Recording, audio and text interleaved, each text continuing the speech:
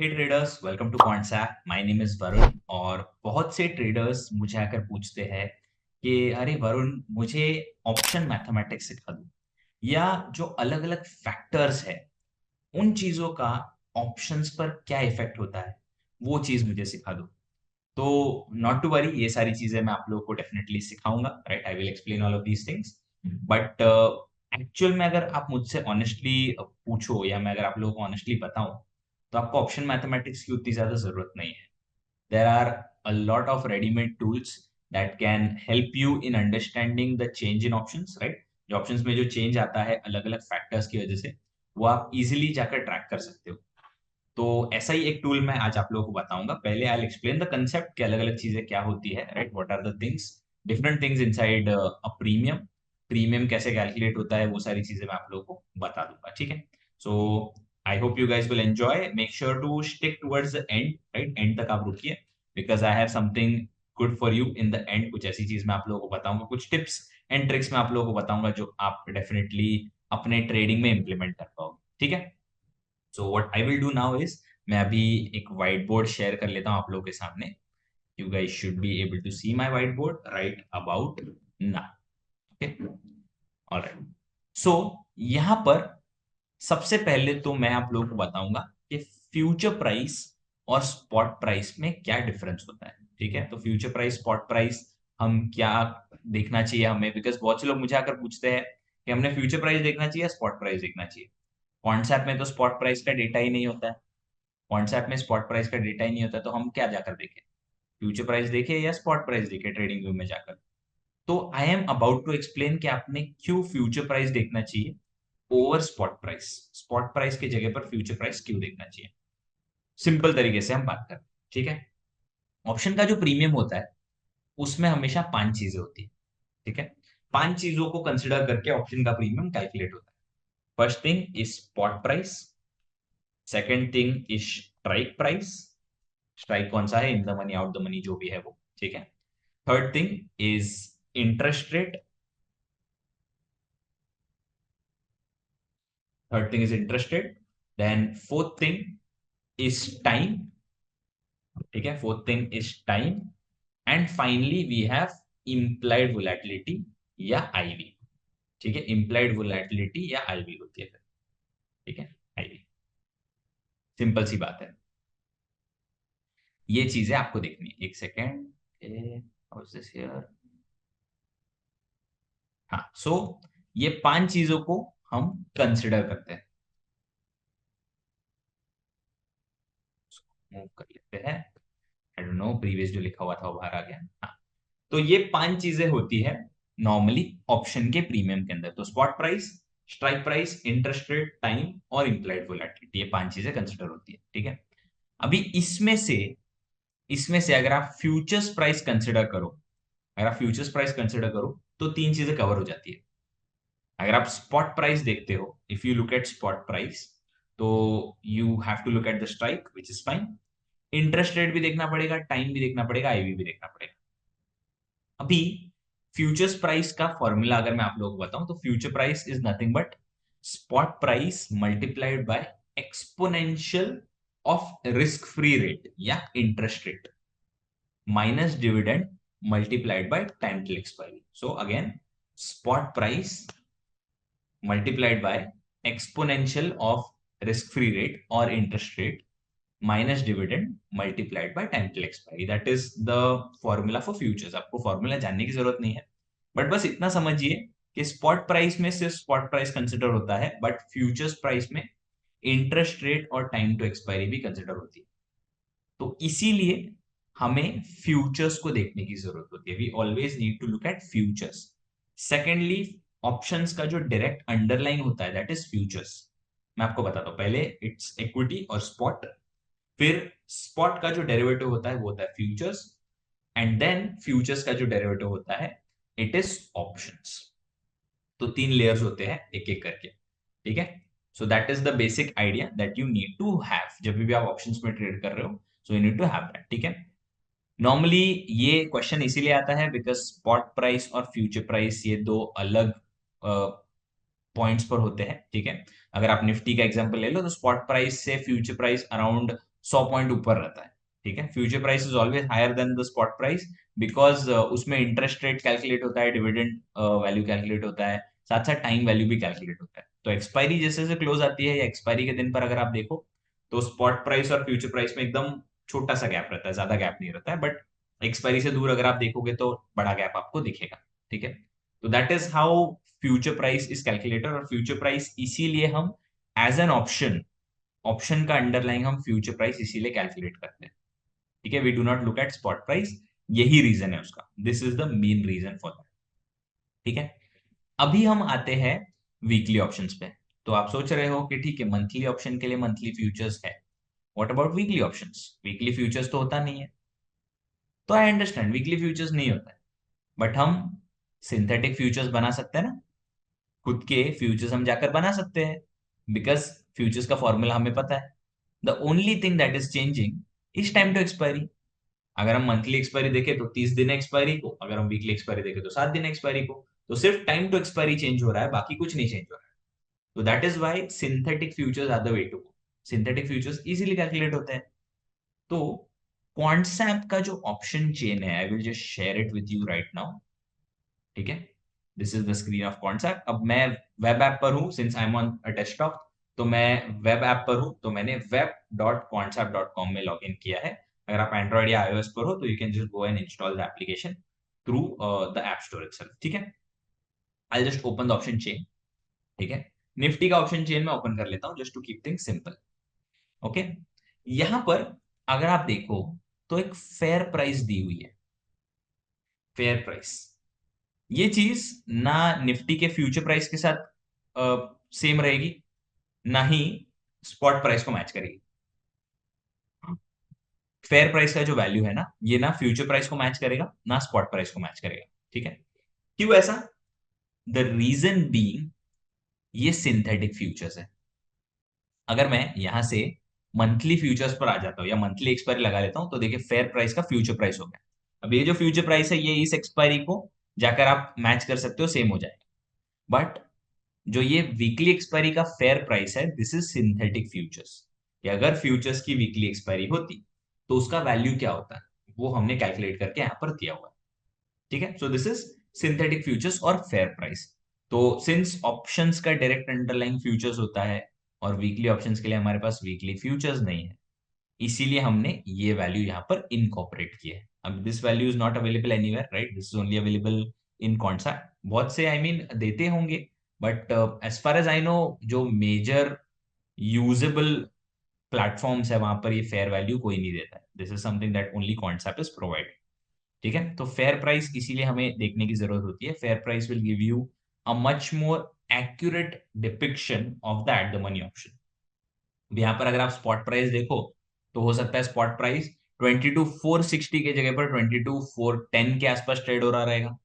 तो उस केस में आप कौन सा ऑप्शन बाय करोगे एट द मनी के नाम पर? आप 22,400 का ऑप्शन बाय करोगे। बट एक्चुअल में अगर आप डेल्टा वैल्यूज देखो तो वो एक इन द मनी ऑप्शन है, तो बेटर रहेगा कि आप 22,450 का ऑप्शन जाकर बाय करो। तो these are the little things, एकदम छोटी चीजें होती है जो एक ऑप्शन ट्रेडर को एफिशिएंसी से रोकते हैं, ठीक है। एफिशिएंसी क्या होता है?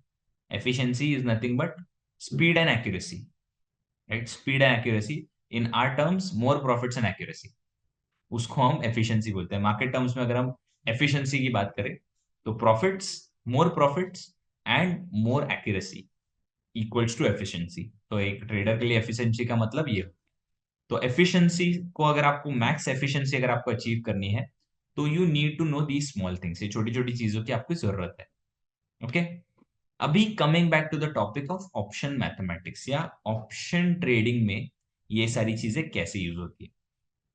तो बहुत से ट्रेडर्स सोचते हैं कि अगर मैंने एक पोजीशन कैरी की, लेट्स से अगर मैंने एक ऑप्शन बाय किया और उसको मैंने कैरी किया, कल अगर बाजार गैप अप हो गया, 100 से गैप अप हो गया, तो मेरे उस ऑप्शन पे क्या इम्पैक्ट आएगा?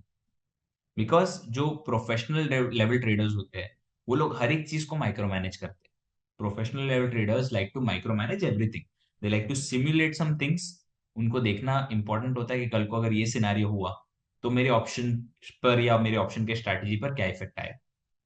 तो वो चीजें आप लोगों को समझना जरूरी है। कैसे समझेंगे? तो यहां पर व्हाट इफ नाम का फीचर आपको दिखेगा।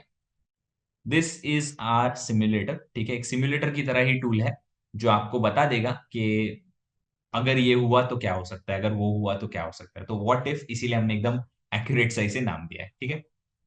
अभी यहाँ पर आप या तो डेट डायरेक्ट डाल सकते हो या तो नंबर ऑफ डेज आप स्लाइड कर सकते हो। अभी currently we have 6 days left to expiry. आज का दिन फ्राइडे का दिन है, कल ही जस्ट एक्सपायरी हुई, तो we have 6 more days, okay. तो यहाँ पर आप नंबर ऑफ डेज चेंज करके देख सकते हो एक्सपायरी के। यहाँ पर आप आईवी को चेंज करके देख सकते हो। यहाँ पर आप अंडरलाइन को भी चेंज करके देख सकते हो, ठीक है। सो आप एमटीएम टर्म्स में भी बात कर सकते हैं। यहाँ पर MTM is nothing but absolute change, right, absolute change. Lot size से चेंज मल्टीप्लाई करोगे तो एमटीएम का चेंज दिखेगा, बट हम नॉर्मल प्रीमियम की चेंज की बात कर रहे हैं, ओके। अभी जैसा मैंने एक एग्जांपल दिया, लेट्स से अभी वी हैव वीकेंड, ठीक है, कल का दिन तो ट्रेडिंग डे है, right. Tomorrow's day we have live trading because Monday को वी हैव इलेक्शंस, राइट। अभी 17 तारीख है आज के दिन पर। मंडे को वी हैव इलेक्शंस 20 तारीख को, तो 18 तारीख को it's a live trading session. तो कल के दिन पर अगर निफ्टी 100 पॉइंट से गैप अप हुआ तो मेरे प्रीमियम्स को क्या होगा, तो मैं कर देता हूं यहां पर अपडेट दिस। देखिए, सारे कॉल ऑप्शंस का प्रीमियम इंक्रीज हो गया, कितने पॉइंट से इंक्रीज हुआ वो भी दिख रहा है आप लोगों को, और पुट्स का जो प्रीमियम डिक्रीज हुआ वो कितने पॉइंट से हो वो भी आपको दिख रहा है, ठीक है।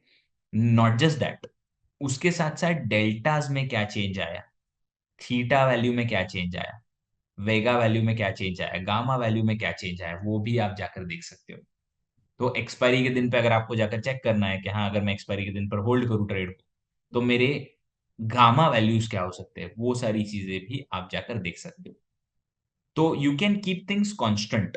अभी लेट्स से मेरे को बाजार चाहिए वही का वही, ठीक है। अगर बाजार वही का वही रहा और मैंने अगर एक दिन होल्ड किया तो मेरे कितना प्रीमियम डीके होगा, तो देखिए सबका प्रीमियम डीके मुझे दिख रहा है। तो आपको मैन्युअली जाकर थीटा के वैल्यू से कैलकुलेट करने की जरूरत नहीं है, ठीक है। आपको सिंपली पता चल रहा है कि एग्जैक्टली यहाँ पर वैल्यूज क्या है, सिंपल।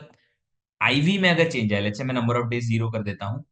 आईवी में अगर चेंज आए, लेट्स से आईवी हो गया 10% ऊपर, इलेक्शन का टाइम है तो आईवी तो बढ़ने के चांसेस है। आईवी बढ़ गया तो आपके प्रीमियम्स को क्या होगा, लेट्स से अगर आपने जाकर एक स्ट्रायंगल या स्ट्राइडल सेल किया है और आपको जाकर चेक करना है कि प्रीमियम्स को क्या होगा, तो ये आप यहाँ पर ट्रैक कर सकते हो, ठीक है। नॉट जस्ट दैट, ग्रीक्स को भी आप टेस्ट कर सकते हो। तो देखिए, आईवी बढ़ने पर, आईवी का इंक्रीज आने पर प्रीमियम्स तो बढ़ रहे हैं, प्रीमियम्स इंक्रीज हो रहे हैं, जो हमें पता है। इम्प्लाइड वोलेटिलिटी का concept I don't think I need to explain, but implied volatility बढ़ने पर प्रीमियम्स बढ़ते हैं, वो सबको पता है, ठीक है।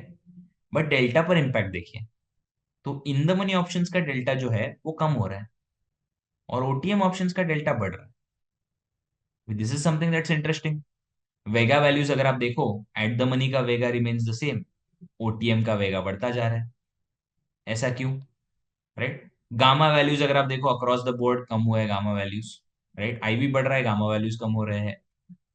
ये सारी चीजें जो है, थीटा वैल्यू तो कम हुआ ही है, देखिए आईवी बढ़ा तो थीटा वैल्यू कम हो गया, या थीटा वैल्यू बढ़ गया, नेगेटिव साइड पर बढ़ गया। तो ये सारी चीजें जो होती है ना, ये सारी चीजें आप एक एक करके जाकर टेस्ट कर सकते हो। जैसे मैंने कहा एमटीएम टर्म्स में अगर मैं बात करूं, तो देखिए एमटीएम टर्म्स में एब्सोल्यूट प्रॉफिट है, तो जो भी चेंज इन प्रीमियम है उसको अगर आप लॉट साइज से मल्टीप्लाई करो तो एब्सोल्यूट आपको वैल्यू बता देगा, ठीक है। These again are the things that you can go and test एक एक करके। अगर मैं लेट्स से आईवी को कांस्टेंट रखता हूँ, ठीक है, मुझे सब कुछ कांस्टेंट रखना है, टाइम आईवी सब कुछ मुझे कांस्टेंट रखना है, और मुझे उसके अगेंस्ट जाकर देखना है कि ऑप्शन के प्रीमियम में क्या चेंज आएगा अगर अंडरलाइन बढ़ जाता है। लेट्स से अंडरलाइन हो जाता है, बाजार पहुंच जाता है 23,000 पर, मैं एक्सपेक्ट कर रहा हूँ 23,000, जस्ट एक एग्जांपल। अगर मैं अपडेट करता हूँ यहाँ पर 23,000 पर अगर मैं अपडेट करता हूँ, तो ऑप्शन के प्रीमियम्स को क्या होगा, तो देखिए कॉल के प्रीमियम्स कितने बढ़ जाएंगे, पुट के प्रीमियम्स कितने कम हो जाएंगे। तो उस पॉइंट पर eight the money option will be 23,000, ठीक है। तो ये एट द मनी ऑप्शन हो जाएगा, ये ऑप्शन अभी ट्रेड भी नहीं हो रहा है बट स्टिल। तो ये सारी चीजें आप जाकर देख सकते हो। अगर जीरो का वैल्यू आ रहा है दैट मीन्स वो ट्रेड नहीं हो रहा ऑप्शन, जैसे ब्लैंक्स आ रहे हैं तो उस ऑप्शन में लिक्विडिटी कम होगी। तो this is how you can keep track of certain things, इन सारी चीजों को आप इजिली जाकर ट्रैक कर सकते हो विदाउट वेस्टिंग एनी टाइम, बिना कोई टाइम वेस्ट किए आप इजिली इन सबको ट्रैक कर पाओ। Simple as that. ठीक है, यहां पर सबको सिंपल लगा। Now this is nothing but option chain what if. ठीक है, ऑप्शन चेन व्हाट इफ नाम का ये टूल है, इससे आप जाकर हर एक चीज को देख सकते हो। You can identify multiple things, right, multiple चीजें आप जाकर देख सकते हो। But I will still explain a couple more things, right, एक दो चीजें और मैं थोड़ी एक्सप्लेन कर देता हूं आप लोगों को, जो शायद आप लोगों को पता नहीं होगी। ठीक है, firstly I would like to explain implied volatility, एक एक करके मैं हर एक चीज समझा देता हूँ कि हर एक चीज का प्रीमियम पर इफेक्ट कैसे आता है। So let me just share the whiteboard again. Okay, all right, fantastic. So first things first, IV या implied volatility. Implied volatility. What exactly is implied volatility? So जो implied ये word है, the word implied is nothing but expected. ठीक है, and the word volatility is nothing but momentum. Volatility को हम बोलते हैं मोमेंटम और इम्प्लाइड का मतलब होता है एक्सपेक्ट। ठीक है, तो implied volatility is nothing but expected momentum. Expected momentum, implied volatility is nothing but expected momentum. अभी ये जो एक्सपेक्टेड मोमेंटम है या जो भी ये मोमेंटम एक्सपेक्ट कर रहा है, कौन एक्सपेक्ट कर रहा है? Who is expecting this momentum? तो ऑप्शंस मार्केट में हम किसको ज्यादा वेटेज देते हैं? ऑप्शन बायर को ज्यादा वेटेज देते हैं, ऑप्शन सेलर को ज्यादा वेटेज देते हैं? किसको हम ज्यादा वेटेज देते हैं ऑप्शंस मार्केट में? ऑप्शन राइटर्स को। वाई? बिकॉज ऑप्शन राइटर्स हमेशा कम रिस्क के लिए, कम प्रॉफिट्स के लिए या कम रिवॉर्ड के लिए ज्यादा रिस्क उठाते हैं। When ever option sellers win, जब ऑप्शन सेलर्स पैसा बनाते हैं तो बहुत ज्यादा पैसा बनाते हैं। When ever option sellers lose money, तब बहुत ज्यादा पैसा गवाते हैं। तो कम पैसा कमाते हैं, ज्यादा पैसा गवाते हैं, दैट इज द आइडिया। तो low reward to risk for option writers. Secondly, option writers को मार्जिन भी ज्यादा लगता है, तो इसीलिए हम ऑप्शन राइटर का व्यू थोड़ा ज्यादा इंपॉर्टेंट मानते हैं। ठीक है, अभी इसके बेसिस पर इंप्लाइड वोलेटिलिटी के बेसिस पर हम आगे जाकर क्या समझे? तो जो प्रीमियम सेट हो रहे हैं ना, जो एक ऑप्शन राइटर प्रीमियम जाकर कोट कर रहा है, अगर उसको लग रहा है कि मोमेंटम ज्यादा होगा, लेट्स से अगर मैं एक सेलर हूं, ठीक है, अगर मुझे लग रहा है बाजार में 300 पॉइंट का मूव आ रहा है, तो मैं ट्राई करूंगा कि मैं मेरी प्रीमियम्स 300 पॉइंट तक रखूं। मैं ट्राई करूंगा कि मैं मेरे प्रीमियम्स 300 400 पॉइंट ले लूं, राइट। सिंपल, उसके अकॉर्डिंगली मैं जाकर प्रीमियम सेट करूंगा। तो जो स्पीड या जो मोमेंटम मैं एक्सपेक्ट कर रहा हूं बाजार के साथ, उसके बेसिस पर मैं मेरे प्रीमियम्स को जाकर सेट कर रहा हूं। सिंपल। तो थंब रूल क्या होता है? Thumb rule is nothing, IV अगर इंक्रीज हुआ तो उसके साथ साथ प्रीमियम भी इंक्रीज होगा। अगर मोमेंटम एक्सपेक्टेड बढ़ गया तो ऑप्शन सेलर्स क्या करेंगे? सारे प्रीमियम्स इंक्रीज कर लेंगे। तो आईवी जब बढ़ता है तो प्रीमियम्स इंक्रीज होते हैं। सेम अगर आईवी कम हुआ तो उसके साथ साथ प्रीमियम भी कम होगा। आईवी अगर कम हुआ तो प्रीमियम भी कम होगा। वाई? बिकॉज अगर मैं एक्सपेक्ट ही नहीं कर रहा हूं ज्यादा मोमेंटम, राइट, अगर ज्यादा बाजार में मोमेंटम एक्सपेक्टेड नहीं है, फिर भी मैं अगर प्रीमियम ज्यादा कोट कर रहा हूं, तो कोई बायर बाय ही नहीं करेगा। तो इसीलिए जब एक्सपेक्टेड मोमेंटम कम होता है तो मैं प्रीमियम्स भी कम कोट करता हूं। तो आईवी नॉर्मली बढ़ता है ड्यूरिंग नोन और अननोन इवेंट्स। तो नोन इवेंट्स का अगर मैं एग्जांपल देने जाऊं तो elections, very good example, current example है। इलेक्शंस में आईवी बढ़ता है, तो इलेक्शंस जब होते हैं तब बाजार में इम्प्लाइड वोलेटिलिटीज बढ़ जाती है, बिकॉज नो वन नोज कि क्या होने वाला है। किसी को नहीं पता, हो सकता है कि करंट गवर्नमेंट रीइलेक्ट होकर आएगी, हो सकता है गवर्नमेंट चेंज हो जाएगी। सो बाजार हमेशा उसके हिसाब से रिएक्ट करता है। अगर करंट गवर्नमेंट अगर रीइलेक्ट होकर आई तो हो सकता है बाजार अपर सर्किट मारेगा। अगर गवर्नमेंट चेंज हुई तो हो सकता है बाजार लोअर सर्किट मारेगा। So no one knows that. तो इसीलिए बाजार जहां पर भी जाएगा तेजी से जाएगा, ये हमें इतना पता है। तो उस केस में जब आईवी बढ़ती है तो प्रीमियम्स भी शूट अप होते हैं। ठीक है, सिमिलरली अगर हम देखें कोई अननोन इवेंट जैसे कोविड, ठीक है, प्रीमियम्स जो होते हैं वो एकदम तेजी से शूट अप होते हैं। वाई? अगर एक नोन इवेंट है, मुझे पता है कि हाँ 5 जून को इलेक्शन का रिजल्ट है, तो मैं ग्रेजुअली आईवीज बढ़ाऊंगा, बिकॉज मुझे पता है कि मोमेंटम उस तारीख के बाद आने वाला है। तो मैं धीरे धीरे ऑप्शन के प्रीमियम्स को बढ़ाता जाऊंगा, धीरे धीरे करके, ज्यादा करके, एकदम अचानक से नहीं बढ़ाऊंगा, मैं धीरे धीरे करके बढ़ाता जाऊंगा। ओके। जब इवेंट हो जाएगा, जब मूव आ जाएगा बाजार में, मोमेंटम खत्म हो जाएगी बाजार की, तो मैं प्रीमियम्स कम लेना शुरू करूंगा, तो आईवी गिर जाएगी, सिंपल। अननोन इवेंट का वैसा नहीं होता है। अगर वॉर वाला सिनारियो है, या बेस्ट एग्जांपल कोविड है, ठीक है, दोनों में से कोई एक, कोविड का एग्जांपल ले लेते हैं। कोविड के क्या हुआ था? Market crash. मार्केट क्रैश हुआ था। कोविड की वजह से मार्केट क्रैश होगा वो किसी को पता नहीं था, या कोविड की वजह से बाजार में जोरदार मूव आएगा वो भी किसी को पता नहीं था। तो उस केस में अगर आप आईवी का चेंज देखो ना, तो अचानक से हफ्ते भर में आईवी शूट अप हो गए थे, हफ्ते भर में इम्प्लाइड वोलेटिलिटीज बढ़ गए थे। तो उस केस में बाजार को प्रीमियम्स बढ़ाने का टाइम नहीं था, तो प्रीमियम्स एकदम क्विकली शूट अप हुए थे। तो this is how implied volatility reacts. ठीक है, प्रीमियम्स को इम्प्लाइड वोलेटिलिटी ऐसे रिएक्ट करती है। वही अगर मैं टाइम की बात करूं, time DK, time DK is very simple. ठीक है, टाइम कभी भी पॉजिटिव साइड में मूव करता है क्या? आप मुझे बताइए। आपके पास है 100 साल जीने के लिए, आपके पास 100 साल है, just touch wood, I hope आप सबको 100 साल मिले जीने के। ठीक है, so I hope everyone is healthy and सबको है जीने के लिए 100 साल। ठीक है, 1 साल बाद ऐसा होगा क्या कि आपके पास 101 साल है जीने के लिए? नहीं हो सकता। तो टाइम हमेशा नेगेटिव होता है, time is always negative.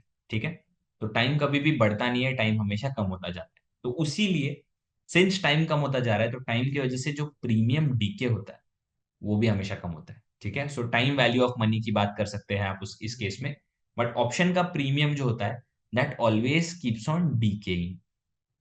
At least जो टाइम कंपोनेंट होता है, सो ऑप्शन के प्रीमियम में दो चीजें होती है, एक होता है टाइम वैल्यू, एक होता है इंट्रिंसिक वैल्यू, ये तो आई होप पता ही होगा। तो टाइम वैल्यू का जो कंपोनेंट होता है, दैट कीप्स ऑन डिक्रीजिंग, और एक्सपायरी के दिन पर वो जीरो हो जाएगा। अभी ये चीज ट्रैक करना क्यों इंपॉर्टेंट है? बिकॉज कभी भी टाइम के वजह से, कभी भी प्रीमियम एक सेट अमाउंट से कम नहीं होगा। ऐसा नहीं है कि रोज 10-10 रुपए जाकर प्रीमियम कम होगा टाइम की वजह से, ऐसा नहीं होता है। Time decay is never constant, time decay is always changing. जैसे अगर मैं एक एग्जांपल दूं, जब आप यंग थे, ठीक है, जब आप यंग थे, या अगर आप यंग हो, एक एग्जांपल, ठीक है, आप 20 साल के हो, 20 से 25 साल को 5 साल गुजरे, ठीक है, इन 5 सालों में आप जरा भी बूढ़ा फील करोगे क्या? नहीं फील करोगे। Reason be, you are still young. 20 साल की उम्र में भी आप यंग हो, 25 साल की उम्र में भी आप यंग हो। वही अगर मैं 60 to 65 गिनूं कि आप 60 ईयर्स के हो, और 5 साल बाद आप 65 के हुए, तभी आप मुझे बताइए, 60 ईयर्स पर आप थोड़ा बूढ़ा फील कर रहे थे, 65 पर आप कैसा फील करोगे? एकदम ड्रामेटिक चेंज आएगा, एकदम ज्यादा बूढ़ा आप फील करोगे। बिकॉज 5 साल when you are younger is nothing, but 5 साल when you're older, your body starts decaying much faster। एक साइंटिफिक एग्जांपल ये है सबके लिए। ठीक है, तो वही चीज होती है कि time DK always keeps on increasing. जैसे जैसे आप आपके एक्सपायरी के पास आते हो ना, वैसे वैसे टाइम की वजह से डीके तेज होने लगता है, तो you start feeling the DK of time. तो वही चीज ऑप्शन के प्रीमियम में भी है। ठीक है, so that is the component of time DK. Time is like water basically, ठीक है, फ्लोइंग वाटर, जो हर बार इंक्रीज होता रहता है। ठीक है, तो that is the component of time DK. एकदम सिंपल है, किसी को समझाने की जरूरत नहीं है। Finally the move of underline. Interest rate भी होता है, बट इंटरेस्ट रेट एकदम ज्यादा चेंज होता नहीं है। ठीक है, वो लोग एकदम लॉन्ग टर्म व्यू बनाते हैं उसके बेसिस पर, बट हम ट्रेडर्स, जो रिटेल ट्रेडर्स होते हैं, we are not affected by. ठीक है, तो interest rate is something that we do not fully use. ठीक है, इंटरेस्ट रेट की वजह से भी प्रीमियम में चेंज आता है, आई नो, राइट। रो नाम का ग्रीक है, ROH, रो, जिसकी वजह से, जो आपको बताता है कि इंटरेस्ट रेट में अगर चेंज आया तो आपके प्रीमियम पर क्या इफेक्ट होगा। But we don't use it, तो हम आते हैं अंडरलाइन के चेंज के ऊपर। अंडरलाइन का चेंज कैसे इफेक्ट करेगा आपको? तो अंडरलाइन का चेंज जो है वो ऑब्वियसली एब्सोल्यूट टर्म्स में आपको इफेक्ट करेगा। तो उसके लिए you can use delta values. ठीक है, एट द मनी ऑप्शन का डेल्टा 0.5 होता है, इन द मनी ऑप्शन का delta is always greater than 0.5, out of the money option का delta is always less than 0.5। अभी ये जो डेल्टा वैल्यूज होते हैं, अगर मैं फिर से एक बार ऑप्शन चेन आपको ओपन करके बताऊं, ठीक है, अगर मैं फिर से आप लोगों को ऑप्शन चेन एक बार ओपन करके बताऊं, तो ये डेल्टा वैल्यूज क्या सिग्निफाई करते हैं, नॉर्मली ये देखना जरूरी है, ठीक है। आई रिफ्रेश दिस वंस, एक बार मैं आप लोगों के सामने रिफ्रेश कर देता हूं इसको, so that we are back to the option chain. ठीक है, ये जो यहाँ पर डेल्टा वैल्यूज आप लोगों को दिख रहा है, what do these delta values signify? आप किसी भी ऑप्शन का कॉल और पुट का डेल्टा जाकर ऐड कर लो, उसका वैल्यू हमेशा वन आएगा, ठीक है। एट द मनी का 0.5 0.5 होता है, तो दोनों का वैल्यू वन है। इसका वैल्यू 0.6 और 0.4 होगा, दोनों का वैल्यू वन है, ठीक है। इसका हो सकता है 0.7 एंड 0.3 होगा, अगेन इसका वैल्यू वन है। सो कोई भी आप कॉल और पुट का डेल्टा जाकर ऐड करो, उसका वैल्यू वन होता है। अब ऐसा क्यों होता है? Because delta showcases the probability of an option expiring in the money. Delta जो है वो एक प्रोबेबिलिटी बताता है, probability of an option expiring in the money. This is nothing new, ये ऑलरेडी बहुत लोगों को पता है। तो delta showcases nothing but the probability of an option expiring in the money, simple तरीके से अगर मैं बताऊं आप लोगों को तो वो है, ठीक है। उसमें उस केस में जब आपका प्रीमियम बढ़ता है, या लेट्स से अगर आपका ऑप्शन इन द मनी की तरफ जाता है, तो उसका probability of staying there is also the same, ठीक है। एट द मनी का option, at the money option का डेल्टा 0.5 ही क्यों होता है, कुछ और क्यों नहीं होता है? बिकॉज बाजार को ज्यादा मूव करने की जरूरत नहीं है उसको इन द मनी या आउट द मनी करने की। तो देर इज अ 50-50 चांस, आप एक कॉइन फ्लिप करो, 50-50% चांस होता है कि आपका ऑप्शन इन द मनी या आउट द मनी जाएगा, ठीक है। बट वही अगर मैं एक ओटीएम ऑप्शन पकड़ू, लेट्स से जैसे मैं 22,700 का कॉल ऑप्शन अगर मैं पकड़ू, उसका डेल्टा इज 0.23, मतलब it has 23% chance of expiring in the money. क्यों इतना कम परसेंटेज? बिकॉज बाजार को नहीं नहीं बोल के 350 पॉइंट ऊपर जाना पड़ेगा, right? Am I calculating it correct? हाँ, 350 पॉइंट, 350, नहीं नहीं 350 नहीं, 250, माई बैड, 250 पॉइंट बाजार को ऊपर जाना पड़ेगा for it to achieve that level. बाजार को 250 पॉइंट ऊपर जाना पड़ेगा for it to end up at the money. इसको इन द मनी करने के लिए एटलीस्ट 250 पॉइंट बाजार को ऊपर जाना पड़ेगा, और 250 पॉइंट बाजार 6 दिन में जाना थोड़ा मुश्किल, ठीक है। वही सेम अगर आप ये ऑप्शन ले लो, ये ऑप्शन जो इन द मनी ऑप्शन है, इसका इन द मनी रहने का प्रोबेबिलिटी कितना है? तो 76 डेल्टा के हिसाब से 76%। तो इसको इन द मनी से आउट द मनी करने को बाजार को कितना मूव करना पड़ेगा? तो बाजार को 250 पॉइंट गिरना पड़ेगा। So that is why delta is nothing but a probability of an option expiring in the money, and delta value also keeps on changing. Delta value also keeps on changing. जो delta value होता है that always keeps on changing, धीरे धीरे करके वो change होता रहता है।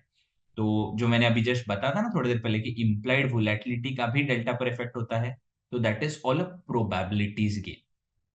वो सारा प्रोबेबिलिटी का गेम है। अब ये मैं और ज्यादा नहीं बताऊंगा यहाँ पर, because I don't want to confuse you guys. अगर आपको और थोड़ा यहाँ पर सीखना है, if you want to learn more things about these, ये तो मैंने एक छोटा सा इंसाइट दिया है डेल्टा के ऊपर। If you want to learn more about these things then you can join our courses, right? We have a lot of courses जहाँ पर हम स्ट्रक्चर्ड तरीके से आप लोगों को सिखाते हैं, मेनली बिकॉज ये चीज वीडियो में कवर करना इज वेरी डिफिकल्ट, राइट? ये जो ग्रीक्स होते हैं, ये जो अलग अलग ग्रीक्स के इफेक्ट्स होते हैं आपके ऑप्शन प्रीमियम पे, ये सारी चीजें कवर करना इज वेरी डिफिकल्ट, ठीक है, कवर करना वेरी डिफिकल्ट।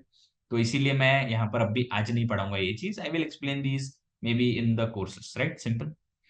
तो these are the components of an option premium, और ये सारी चीजें आप फिर जाकर ऑप्शन चेन व्हाट इफ में देख सकते हो, ठीक है। It's a very simple tool, I don't think मुझे कुछ इसका फंक्शनैलिटी बताने की भी जरूरत है, बट इसका यूज केस बताना वॉज इम्पोर्टेंट, तो इसीलिए मैंने आप लोगों को यूज केस बताया कि किस तरीके से आप इसे यूज करोगे और क्यों इसे आप यूज करोगे, ठीक है। तो it is always use just to simulate some things, right? जो तीन मेजर फैक्टर्स होते हैं, time, implied volatility and change in underline, ये तीन चीजों में अगर चेंज आया तो आपके ऑप्शन के प्रीमियम में क्या चेंज आएगा, किस बेसिस पर आएगा, कितना आएगा, वो आपको कैलकुलेट करके हमारा जो ब्लैक एंड शोल्स का मॉडल होता है, Black and Scholes, everyone knows के ब्लैक एंड शोल्स के बेसिस पर प्रीमियम्स कैलकुलेट होते हैं। तो ये जो ब्लैक एंड शोल्स का मॉडल होता है, उस मॉडल के बेसिस पर आपको पता चलता है कि क्या हो रहा है, विदाउट कैलकुलेटिंग एनीथिंग। आपको मैन्युअली कुछ कैलकुलेट करने की जरूरत ही नहीं। All right. So that's it for me then. Thank you so much, guys. Thank you so much. I hope you guys enjoyed. Have a great evening. Not just evening, have a great rest of the day actually. ठीक है, मेरे लिए evening है. But have a great rest of the day. All the best on your trading journey. My name is Varun again. Do share your feedback in the comments, right? आपको कुछ changes हो, कुछ आपको लगे, कुछ add करना है, कुछ minus करना है, तो you guys can just let me know. And I'll be there as usual. I will see you guys very soon in the next video. And thank you for spending this time with me. Thank you so much.